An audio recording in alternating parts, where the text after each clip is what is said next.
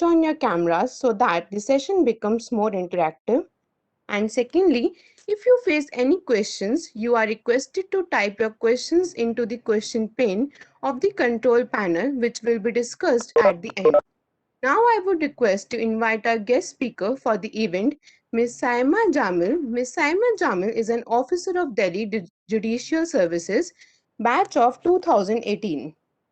In her tenure of service so far, Ms. Saima Jamil has discharged her duties as MM NIA Court in South East and District and MM Mahila Court in South District. She completed her LLB from CLC College, Delhi University, and LLM from National Law University, Delhi, and has published several articles in reputed journals. With effect from 2027 2021, Ms. Saima Jamil has joined her duties as full-time Secretary of District Legal Service Authority, East District at Karkaduma Courts, Delhi.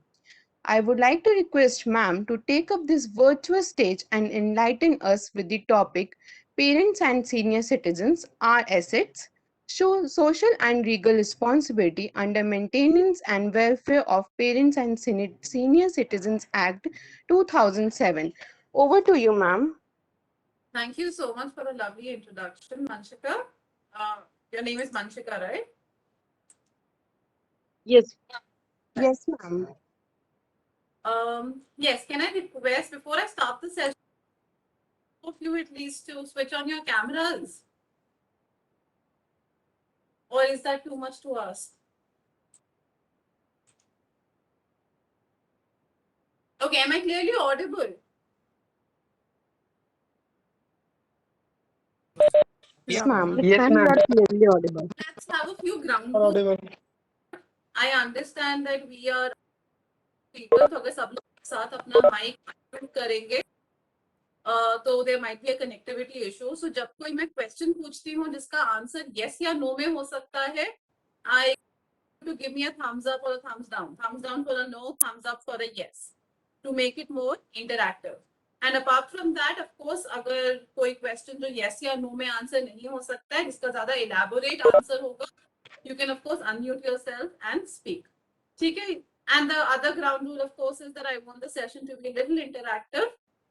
Because it becomes very taxing, you know, I cannot speak for 50 minutes, 55 minutes continuously. So are all the ground rules clear? Thumbs up, thumbs down, yes. Right, I only saw Ritesh and Rajesh, Aarti, Mohit Kumar, Meher, Aditi. Right. Okay, so let's start with the session. The session pertains to senior citizens and parents. Now, the first question is कि हमारे लिए क्या why is there a law necessary for senior citizens in particular? Why should we have a special law? Why should we have special provisions for the welfare of senior citizens? Can anybody tell me that? Protection to सब citizens के लिए है, right? Fundamental rights, fundamental duties are for everybody. But we still have certain special provisions for the welfare of senior citizens. क्यों है ऐसे provisions?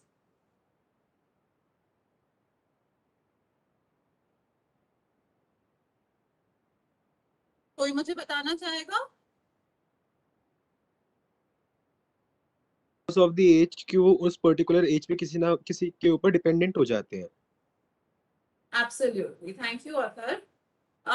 Yes, senior citizens, they are the vulnerable sections of society who might have worked all their life, but at the when they have become old, so because of the aging process, they might be retired, they might not be in capacity to earn and to support themselves. And us time pe they need support of their family members, of their children, and also from the state अगर उनके बच्चे या relatives उनका देखभाल नहीं कर रहे हैं. And because of that, it is necessary कि हमारे पास कोई special provisions हो, कोई special law हो जो senior citizens के welfare के लिए हो. I think आपका constitution पे तो सबसे पहले ही session हुआ होगा. So article 41 of the constitution of India, वो हमें, it is a part of the chapter from directive principles of state policy, वो स्टेट के ऊपर एक ऑब्लिगेशन डालता है कि जो लोग वल्नरेबल हैं बिकॉज ऑफ ओल्ड एज या सिकनेस या अनएम्प्लॉयमेंट, उसके लिए state will make certain positive provisions like right to work or public assistance. In the case of old age, of course, public assistance. Now another question over here, मैंने बोला article 41 जो chapter के under fall करता है वो directive principles of state policy है.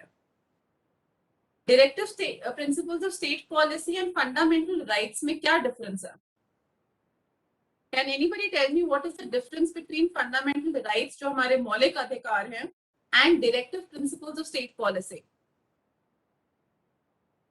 Ma'am, fundamental rights are enforceable in the court, but directive principle of state policy are not so. So this is the major difference. Ma'am, would you like to ask a question again so that I can answer this question? Yes, I'll repeat the question. My question was कि fundamental rights जो chapter 3 है आपका Constitution of India में और chapter 4 directive principles of state policy, इन दोनों में क्या difference है? Ma'am, there are lots of difference. First difference is the first difference is fundamental right is मतलब non justificable. मतलब basically if someone, हिंदी बोल रहा हूँ मैम, अगर इसको कोई वायलेट किया जाता है तो आप you can go high court या you can go high court या supreme court by the different article like 226 by in the you can knock the door of high court and there are also difference between And directive principles of state policy? yeah directive, but it's not justificable. If violate any rule like that, you can go and say to Supreme Court ki they are violating my right.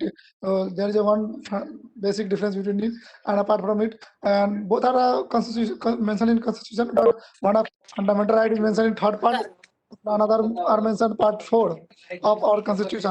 The fundamental right are article from 12 to 35, and the DPSP are the articles 36 to 51. And another difference is the like for the implementation of DPSP, you can't regulate, you can say I can't amendment in the fundamental right. Right. Thank you so much. I have also got an answer in the chat box from Shivani Sahu that fundamental rights are legally binding, but DPSPs are not. So all of your rights, basic difference is कि जो fundamental rights है वो आपके enforceable हुए, जो आपके DPSPs होते हैं वो enforceable नहीं होते हैं, वो एक तरह से positive obligation है on the state to ensure as much as possible कि वो fulfill हो. लेकिन अगर वो नहीं होते हैं, they're not enforceable. But just because they're not enforceable does not mean कि state उनको fulfill ना करे. So Article 41 clearly बोलता है कि की ड्यूटी है कि जो लोग ओल्ड एज की वजह से वल्नरेबल हैं उनके लिए स्पेशल पॉजिटिव प्रोविजंस बनाई जाए. Right.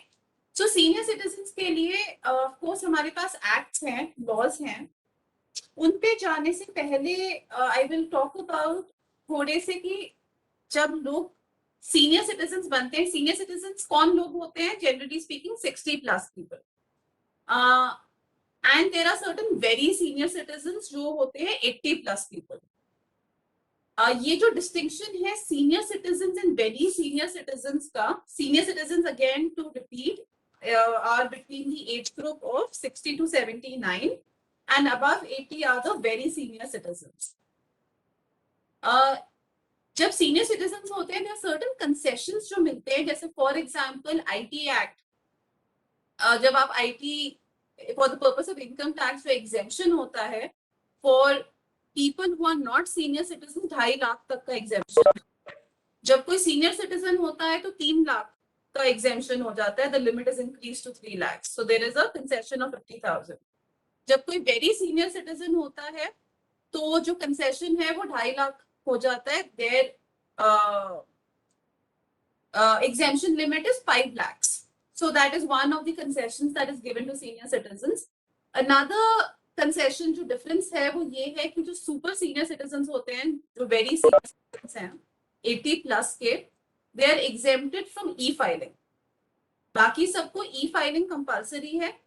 For the very senior citizens, e-filing from 2019-20 has become optional. तो अगर किसी को e-filing नहीं करनी है तो वो physical filing भी कर सकते हैं. Right? इसके अलावा we also have a lot of schemes. जैसे Indira Gandhi old age pension scheme, जिसमें 2500 रुपीज पर मंथ का पेंशन अमाउंट क्लेम कर सकते हैं senior citizens.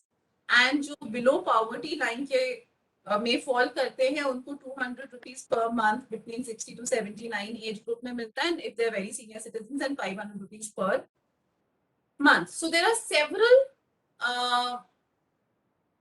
schemes and several concessions जो state government roll out करते हैं for senior citizens.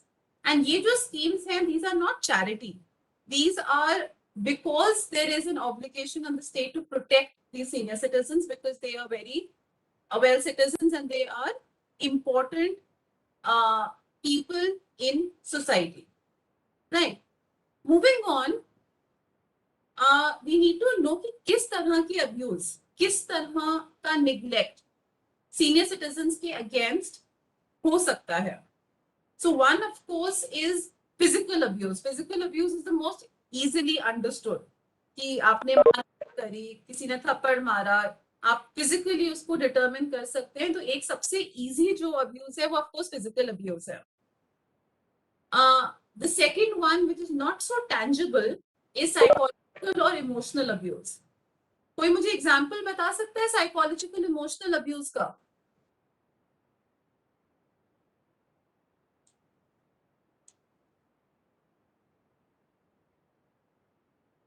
Can anybody? दिए जाना मैम, जो ओल्ड एज पीपल हैं उनको ताने दिए जाना या फिर उनको इस ऐसा दिखाना कि हम लोग आपसे दूर हो जाएंगे, Absolutely right. आपको ओल्ड एज होम में डाल देंगे. Like these are the example of psychological and emotional abuse.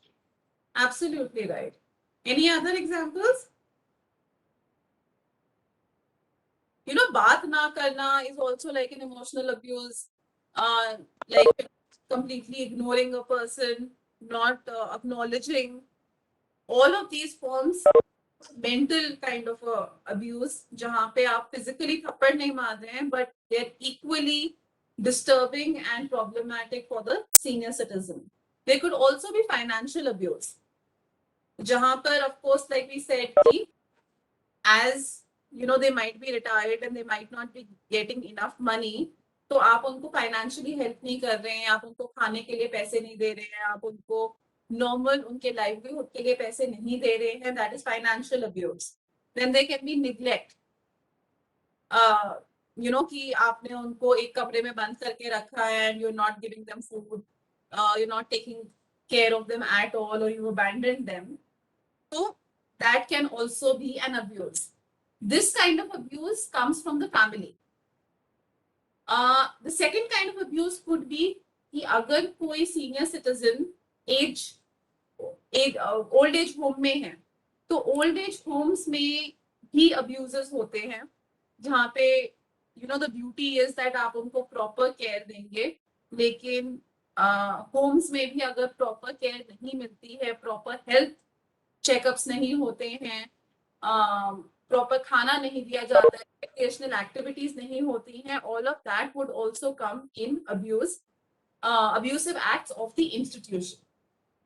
So now knowing कि basically there are some government schemes and knowing कि किस तरह के abuses senior citizens के against होते हैं, now let's come to the law कि कौन से हमारे पास laws हैं. Of course आपका जो topic है आज का उसी में 2007 का जो act है maintenance and welfare of parents and senior citizens, that is there. But before I come to that, can anybody tell me इसके अलावा कौन सी provisions हैं senior citizens के लिए? I am talking about personal laws, a hint. And also secular law, जो CRPC में है. Now that's a huge hint. Can anybody tell me?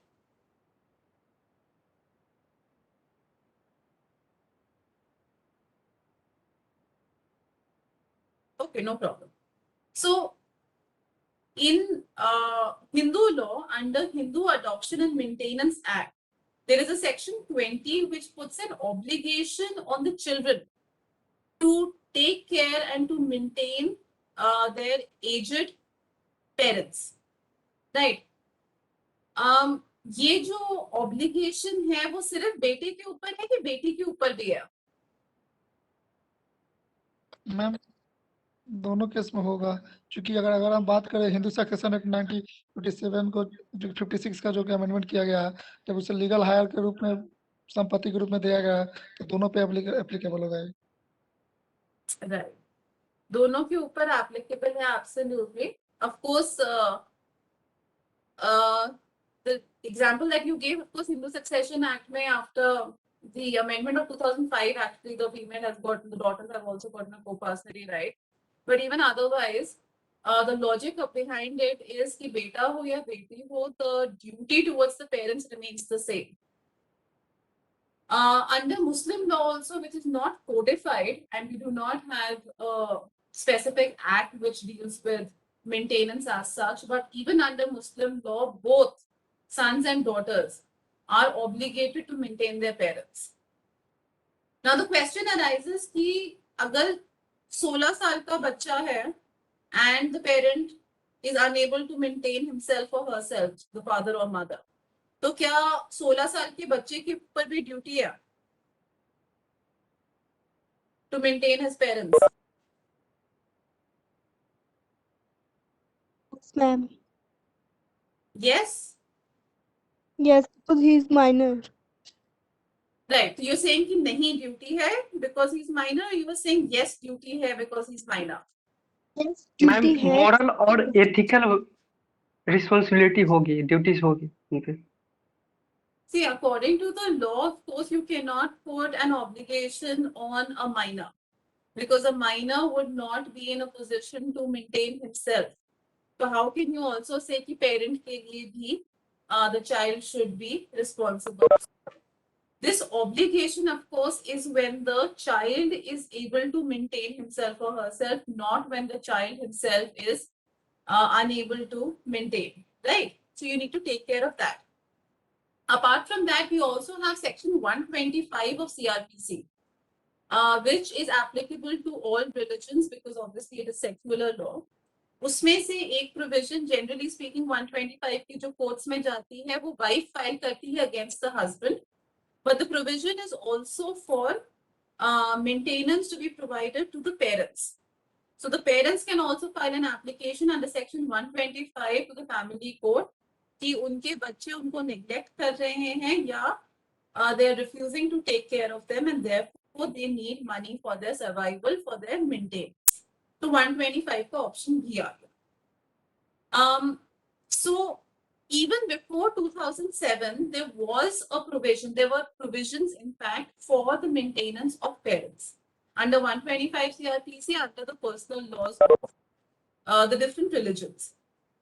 However, the legislature thought that there should be a specific special legislation for senior citizens, for parents, जहाँ पे procedure easy हो.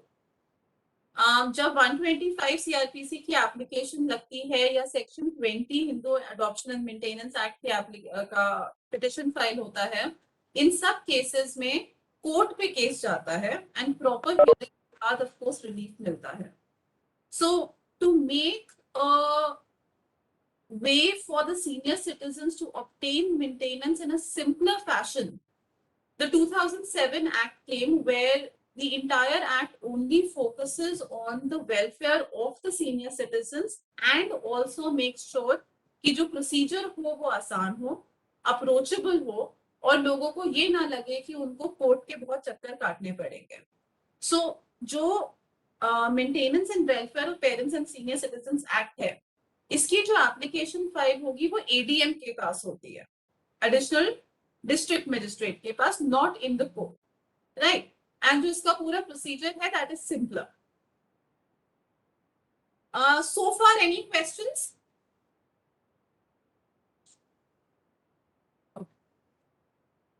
I presume that that's a no. Okay, wait. Right. Thank you, Athar, for responding. Okay. Now, under the 2007 Act, who is entitled to maintenance? Senior citizens, of course. Senior citizens कौन हुए? 60 years and plus. उसके अलावा the Act also says parents and grandparents. Now, the importance of parents over here is कि यहाँ पे age इतना matter नहीं करता. So even if a person is only 50 years and is unable to maintain himself or herself and is a parent, the person can file an application under this act, can seek a relief under this act from the child. Right, तो यहाँ पे as वो नहीं है. Senior citizen yes 60 plus, लेकिन parent जो 60 से कम भी है. सो एक्चुअली स्पीकिंग इवन अ 40-45 year old पर्सन वो भी रिलीफ क्लेम कर सकते हैं अगर वो अपने लिए नहीं कमा पा रहे हैं. द सेकेंड डिफरेंस जो 2007 एक्ट एडिशनल बोलता है to 125 CRPC and section 20 of Hindu adoption and maintenance act is that grand parents can claim maintenance. So, grandparents का मतलब वो अपनी grandchild से मांग सकते हैं. 125 CRPC में सिर्फ अपने बच्चे से मांग सकते हैं, grandchild से नहीं मांग सकते. तो जो 2007 का स्कोप है वो काफी ब्रॉड है. So there are three categories. To sum it up, there are three categories of people who can claim a remedy maintenance under the 2007 Act. These three categories are parents, grandparents, and senior citizens who are, of course, unable to maintain themselves अपनी खुद की income या property से. Okay, question again. क्या parents का मतलब सिर्फ biological parents होता है या stepfathers and stepmothers would also be included?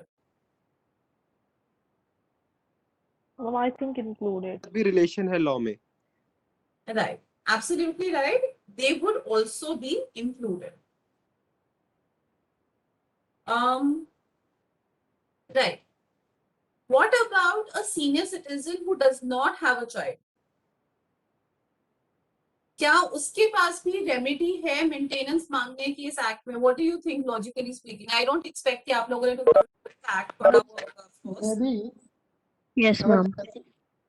जैसे कि मैम अगर किसी का मतलब हायर नहीं है, लीगल हायर, लेकिन फिर भी जैसे कि होता है रिलेटिव लोग होता है उसको मिला जा सकता है, इनके सब हायर नहीं रहता है, तो may be it's responsibility that person पर इफ ही उससे लेने का जब हक है तो उसे मतलब करने का भी हक हो सकता है. जैसे कि अगर अभी एक आपकी पर्सन बहुत है आराम से आवाज नहीं आ रही है, थोड़ा सा जोर से बोल सकते हैं आप प्लीज? मैम, जैसे कि एक पर्सन है उसके पास कोई मतलब जो पति पत्नी है कपल, उनके पास कोई मतलब हायर नहीं है, लीगल है, लेकिन ठीक इनके है. सब अगर उनका कोई बेटा बेटी नहीं है तो पड़ोसी बोल रहा हूँ, अंकल आंटी, चाहे रिलेटिव को मिलता है, मिल सकता है उसका संपत्ति जो भी है. इनके सब ऐसा नहीं तो सेम सिचुएशन भी अप्लाई होगा. वो लोग का फर्ज है, उन लोग का ड्यूटी है, तो ये मतलब मेंटेनेंस का काम करे, तो उनको मिलने का हक है. मे बी ये होना चाहिए या होता होगा. Right. Anybody else?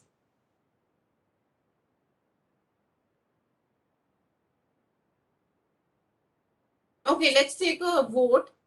How many of you say कि अगर बच्चे नहीं हैं तो वो रिलेटिव से मांग सकते हैं? अगर मांग सकते हैं, I want a thumbs up. Okay. And how many of you say कि अगर बच्चे नहीं हैं रिलेटिव से नहीं मांग सकते हैं?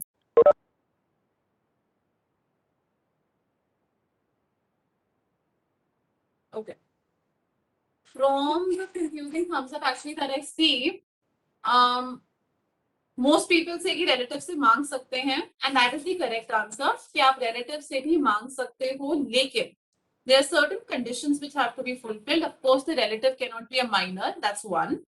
Second is या तो वो relative senior citizen की property के possession में हो, या फिर वो जो relative हो वो inherit करे senior citizen की property को after his death. So as I think Abhishek said कि उनकी संपत्ति में हिस्सा हो, इन लोगों से, उन रिलेटिव से सिर्फ रेमेडी आप मेंटेनेंस मांग सकते हैं senior citizens.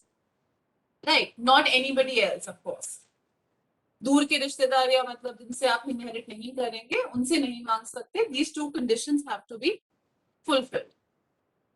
Another thing that I want to reiterate, of course, is कि जो senior citizens का ये act है, ये कोर्ट में नहीं आता है. There is a special tribunal which has been formed, and that tribunal is headed by the ADM. So वो वहीं पे फाइल होता है, कोर्ट में आने की जरूरत नहीं होती है. The procedure, of course, is it's kind of a summary procedure where जैसे ये application आएगी, the tribunal will issue notice to the opposite party, जो children हो सकते हैं, relatives होंगे, जो भी, and hearings होंगी, evidence होगा, and then of course maintenance का order pass हो जाएगा. इसमें भी, of course, as all family matters, the tribunal can attempt for reconciliation or a settlement first before passing a maintenance order. That goes without saying. Another question जो हमारे सामने आता है वो ये है कि अगर कोई मेंटेनेंस का ऑर्डर पास होता है, ट्राइब्यूनल पास करता है और उस ऑर्डर का पालन नहीं होता है, तो उस केस में क्या रेमेडी होगी? इसको आंसर करने से पहले कोई मुझे ये बता सकता है कि 125 सीआरपीसी में अगर मेंटेनेंस का ऑर्डर पास होता है और उसका पालन नहीं होता तो क्या रेमेडी होती है? मैम क्वेश्चन बोलेगा एक बार. सपोज 125 सीआरपीसी में कोर्ट ने मेंटेनेंस का ऑर्डर पास किया, उसका अगर कंप्लायंस नहीं होता है तो उस केस में क्या रेमेडी होती है? Is it a penal provision? मतलब जेल जा सकते हैं क्या? नहीं मैम, नहीं क्या जेल नहीं जा सकते. हम्म? जेल तो नहीं जा सकते जहां तक मुझे, क्योंकि क्रिमिनल केस तो नहीं है, ये तो सिविल केस है, और सिविल केस में मतलब ऐसा पनिशमेंट तो नहीं होगा. हाँ कुछ हो सकता है, बाइंडिंग शायद में भी पैसा का कुछ पेनाल्टी हो सकता है, क्योंकि ये भी हो सकता है कि वो कोर्ट का बात ना मानने का मतलब कंटेम्प्ट ऑफ कोर्ट हो सकता है कि कोर्ट ने जो ऑर्डर दिया उस बात को फॉलो नहीं किया था. इट इज आएगा टेकन बाय कोर्ट, मतलब कंटेम्प्ट ऑफ कोर्ट, तो पेनाल्टी हो सकता है. लेकिन मैम मुझे नहीं लगता जेल नहीं होगा शायद. राइट. नहीं, जेल की भी प्रोविजन है. 125 सीआरपीसी भी बोलता है कि अगर कोर्ट का ऑर्डर नहीं माना जाता है तो 1 महीने की जेल हो सकती है एंड वारंट्स ऑफ अटैचमेंट हो सकते हैं. फाइन की तरह वो क्लेम किया जाएगा. सपोज अगर जैसे 5000 का ऑर्डर है तो 5000 की का वारंट्स ऑफ अटैचमेंट होगा ताकि 5000 अमाउंट उनसे लिया जा सके. जो 125 का है वही सेम जो पनिशमेंट है वो एक्ट के अंदर भी है. सो 1 मंथ की पनिशमेंट दी जा सकती है in imprisonment and of course warrants of attachment हो सकते हैं for levying the amount of जो भी मेंटेनेंस का अमाउंट है जो ड्यू है. Right. Now the maximum amount of maintenance that can be granted under this act, 2007 act, is 10,000 rupees. वैसे स्टेट गवर्नमेंट डिटरमिन करती है, प्रिस्क्राइब करती है कि मैक्सिमम अमाउंट क्या हो, पर द अपर लिमिट जो एक्ट में लिखा है वो 10,000 रुपीज है. Right. Another thing is that under section 24 एक ऑफेंस बनाया गया है कि कोई भी व्यक्ति अगर उसकी ड्यूटी है कि वो केयर एंड प्रोटेक्ट करे सीनियर सिटीजन को and he leaves that senior citizen with the intention of abandoning such person, तो फिर वो पनिशेबल होगा and the person can be punished for 3 months और फाइन अप टू 5,000 और बोथ. राइट. तो ये सिर्फ मेंटेनेंस की बात नहीं करता, it is also actually creating an offence and the offence is कि कोई भी पर्सन जिसकी ड्यूटी हो केयर करने की फॉर द सीनियर सिटीजन और वो उसको अबैंडन करता है, then that person can be imprisoned also and this offence is cognizable and it is bailable. I am sure all of you of course know that, but just I'm still asking, what is the difference between cognizable and non-cognizable?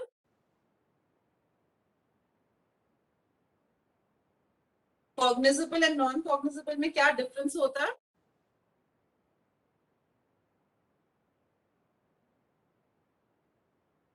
Ma'am, in cognizable, we can arrest a person without warrant. Absolutely. And non-cognizable, you cannot investigate also without the permission of the magistrate, right? And आप arrest नहीं कर सकते. And bailable, non-bailable में क्या difference होता?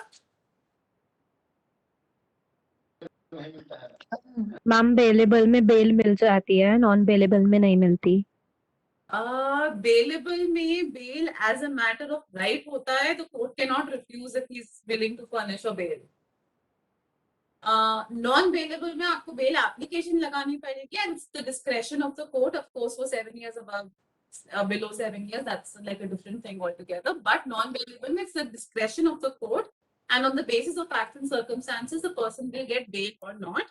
However, in a bailable offense, bail is a matter of right. Right? That's the basic difference. So, Ma'am, I have a question. Ma'am, I have to ask a question. yes, please. What is the difference between judicial custody and police custody and normal custody? And what are the implications? Yeah, what are the, please highlight this topic. Right, we're going a little off topic, but I'll answer the question. Judicial custody हुई जब आप jail जा रहे हैं, like for Tihar जा रहे हैं या मंडोली जेल जा रहे हैं, Delhi there are 2 jails. So basically, you are being remanded to judicial custody. You are in Tihar jail, Mandoli jail or something, right? आपकी जो पुलिस कस्टडी होती है वो आप पुलिस की कस्टडी में होते हैं. जैसे इन्वेस्टिगेशन के लिए they need you for interrogation और समथिंग, तब जो पुलिस जो आयो होगा investigating officer, he is going to file a police custody की एप्लीकेशन कि हमें उसको इंटेरोगेट करना है या हमें पता करना है कि कोर्ट कहाँ पे है, कोई एड्रेस पता करना है या उसको he will show you the exact place या कुछ रिकवरी करवानी है. So for investigative purposes they will ask for police custody. Judicial custody on the other hand is कि आप उसको जेल भेज रहे हैं because there is a threat that he's going to flee or he's going to tamper with the evidence or he's going to perhaps affect the witnesses. So that is the difference between judicial custody and police custody. And secondly, police custody सिर्फ 15 दिन के अंदर ही दे सकते हैं. After the elapse of 15 days from the date of arrest, you cannot send a person to police custody. Judicial custody, of course, कर सकते हैं. Right? Have I answered your question, Abhishek? Yes, ma'am. Thank you. Right. I have also a message from Ritesh Ranjan saying, ma'am, you need more clarity. Can you please tell me किस clarity चाहिए? Ma'am इससे पहले जो बात कर रहे थे ना 2 टर्म पे, किस चीज पे बात कर रहे थे इससे पहले? थोड़ा सा मुझे टॉपिक बता दीजिए, मैं रिपीट कर दूंगी. Cognizable bail और non cognizable bail वाला topic. यस अच्छा, मैम. राइट. मैं ये बोल रही थी कि जो सेक्शन 24 2007 एक्ट में दिया गया है, जिसमें अगर किसी की ड्यूटी है that they are supposed to take care of the senior citizen and they fail to do so and they abandon the senior citizen, in such a case it is punishable with 3 months and fine or fine, right? And it is a cognizable and bailable offense. That means कि police के पास arrest करने की power है without the permission of the magistrate, and it is a bailable offense. That means that if the accused or if the person who is supposed to is charged with the offense is willing to furnish bail, तो उसका right होगा bail low, right? So it is cognizable and bailable. ठीक है Ritesh, are you clear with it now? Yes ma'am, thank you. Right. Yes, let's move on. एक और चीज जो act में लिखी हुई है कि अगर कोई सीनियर सिटीजन कोई प्रॉपर्टी ट्रांसफर करता है तो कुछ सर्कमस्टांसेस में ये ट्रांसफर वॉइड डिक्लेयर हो सकता है. ये कौन सी सर्कमस्टांसेस हैं? जहां पे जो ट्रांसफर है, जो गिफ्ट है प्रॉपर्टी का, that is after the commencement of this act, that is after 2007. The second condition जो होनी चाहिए वो ये है कि जो प्रॉपर्टी ट्रांसफर हुई है वो इस पर्पस से, इस कंडीशन पे ट्रांसफर हुई थी कि जो सीनियर सिटीजन है उसका ध्यान रखा जाए, और जो ट्रांसफरी है, मतलब जिसको प्रॉपर्टी मिली है, जिसको गिफ्टेड प्रॉपर्टी मिली है, that person is not providing the basic amenities and facilities to the senior citizen despite that condition being there. अगर ये सारे कंडीशंस फुलफिल होते हैं तो जो सीनियर सिटीजन है वो ट्राइब्यूनल में एक एप्लीकेशन करते हैं that he wants to declare the property void, right. ये एक तरह का ब्रीच ऑफ ट्रस्ट हुआ, बिकॉज ऑब्वियसली जो प्रॉपर्टी है वो इस कंडीशन पे दी गई थी कि मैं आपको प्रॉपर्टी, लेकिन आप मेरा ध्यान रखेंगे, राइट। सो ऑफ कोर्स अगर वो कंडीशंस फुलफिल नहीं होती है तो उस केस में वो ट्रांसफर वॉइड हो जाएगा, राइट। एनी क्वेश्चन सो फार?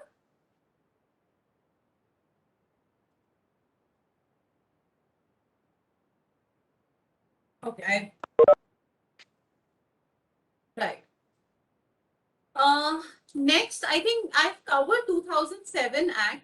तो 2007 के मैं एक बार हाइलाइट्स आपको फिर से बता देती हूँ। सबसे बड़ा जो डिफरेंस है 2007 और जो बाकी प्रोविजंस हैं मेंटेनेंस की in the other acts is even grandparents can claim maintenance from grandchildren, and parents who are not senior citizens, that is, the parents who are younger than 60 years, can also claim maintenance from their children. So ये सबसे basic difference हुआ आपका maintenance act ये 2007 वाले act में and जो बाकी provisions हैं।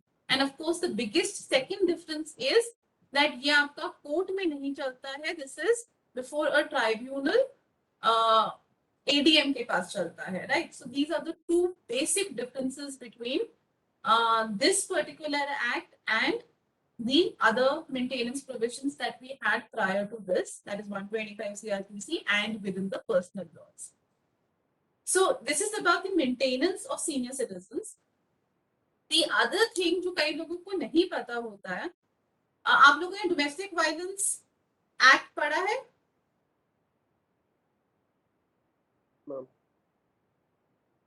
Is that a yes or a no? I'll repeat the question. नहीं पढ़ा है? Okay, I got one thumbs down, one thumbs up. That's confusing. I need more clarity.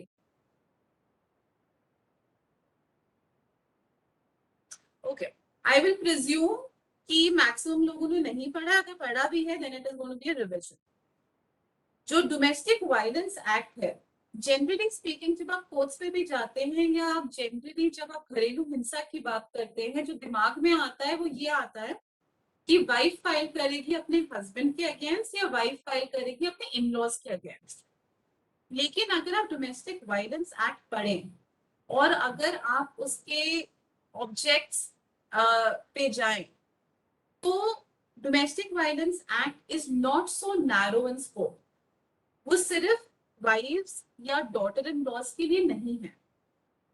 It be, I mean, a complaint under Domestic Violence Act can be filed by any female against any respondent if they live in a domestic relationship.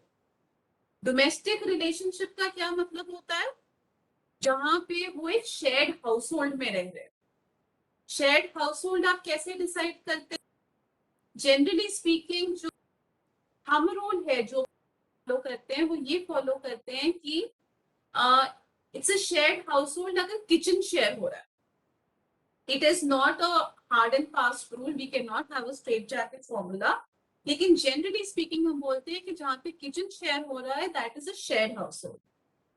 तो to sum it up, अगर आप domestic violence act की necessity मतलब कौन लोग complaint file कर सकते हैं, it has to be a female who is subjected to domestic abuse, which can be physical, emotional, mental, economic. That the woman should be in a domestic relationship with the respondent, and domestic relationship of course means कि आप shared household पे किसी ना किसी time पे उस person के साथ रह चुके हो। तो अगर आप डेफिनेशन देखें तो कोई भी फीमेल किसी भी पर्सन के अगेंस्ट फाइल कर सकती है, बस डोमेस्टिक रिलेशनशिप होना चाहिए. That means that a daughter can file a domestic violence case even against the father, or a mother can file a domestic violence case against a daughter also. तो यहाँ पे भी अगर सीनियर सिटीजन के साथ कोई वायलेंस हो रही है जहाँ पे उनके बच्चे उनको टॉर्चर कर रहे हैं, डोमेस्टिक वायलेंस कर रहे हैं, या फिर उनकी बहू कर रही है, तो उस केस में भी they can file a domestic violence act के अंडर कंप्लेंट. राइट. इसकी जो नॉलेज है वो कम है. therefore if you see courts में डॉटर इन लॉ की complaints against the mother in law very common, but mother in law की complaints against the daughter in law are not so common, और mothers की complaint against the children they are not so common. So that is also a relief which can be sought by senior citizens, even though it is not specifically, I mean, the act does not really say कि वो senior citizens. It is of course a special act for women in, but of course senior citizens are covered under that act. सबको मेरा point समझ में आ गया domestic violence का?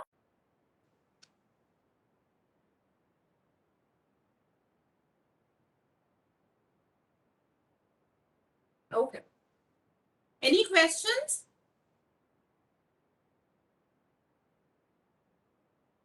No, ma'am. No questions. Okay. Next thing is कि आप determine कैसे करेंगे कि कोई सीनियर सिटीजन अबैंडन्ड है या उसको निग्लेक्ट किया जा रहा है. कोई मुझे ये बता सकता है that how do you determine, I mean, we are saying that senior citizens are vulnerable people, जिनको हो सकता है इमोशनली अब्यूज हो रहे हो वो, तो हो सकता है कमरे में बंद हो सकता है घर से बाहर ना निकल पा रहे हो. It's very difficult to actually find and locate कि कहाँ पे torture हो रहे हैं, and how will the senior citizens actually be provided help. ये any ideas कि कैसे हो सकता है? Okay, I also have a question from Sugandha. The question is, can a female complaint under DV against aunt? Yes, a female can complain under DV against aunt also. As I told you, the question domestic relationship है कि नहीं है. Domestic relationship आप देखेंगे कि shared household है कि नहीं. तो ये देखने के लिए कि आप आंट के अगेंस्ट कर सकते हैं कि नहीं कर सकते हैं, आपको ये शो करना पड़ेगा कि the female was staying in a shared household and that there was domestic abuse. तो अगर ये दोनों चीजें हैं, then of course a female can file a case against the aunt also. Right. अच्छा, I was talking about location. So there is a concept of beat constables. किसी को पता है beat constables कौन होते हैं?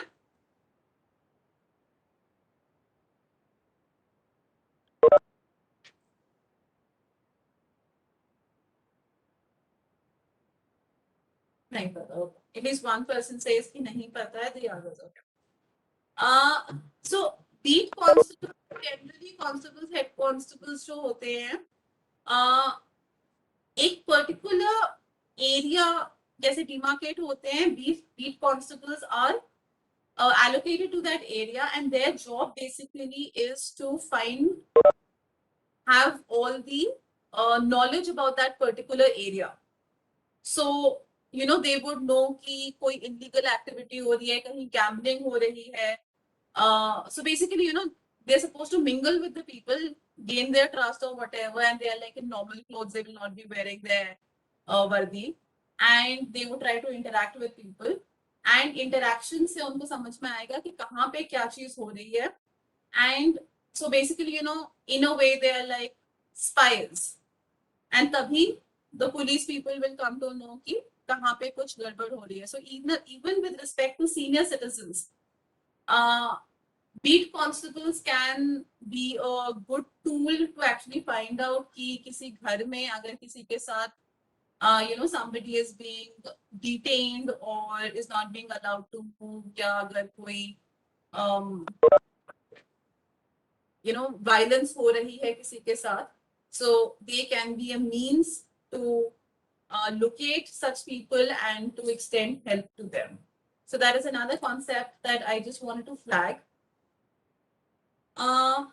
Yes. Right. I think I've covered the topics. So if there are no more questions, we can conclude the session. Are there any other questions?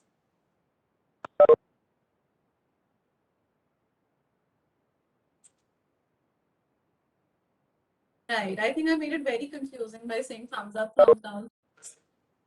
I'm getting all kinds of thumbs up and thumbs downs now. Right. So thank you so much for making this session an interactive session. I hope I was able to give you some information that you did not have earlier. So thank you so much. I'll leave the meeting. Thank you, ma'am, for taking out time from your busy schedule to be the guest speaker and provide us with such valuable information. It is our pleasure to have you with us. I would like to express my gratitude to the teachers for their presence and contribution to make the webinar a great success. I extend my gratitude to our principal, ma'am. Thank you all the participants for attending with the webinar and for being a wonderful audience. I hope you learned a lot from this webinar. Thank you.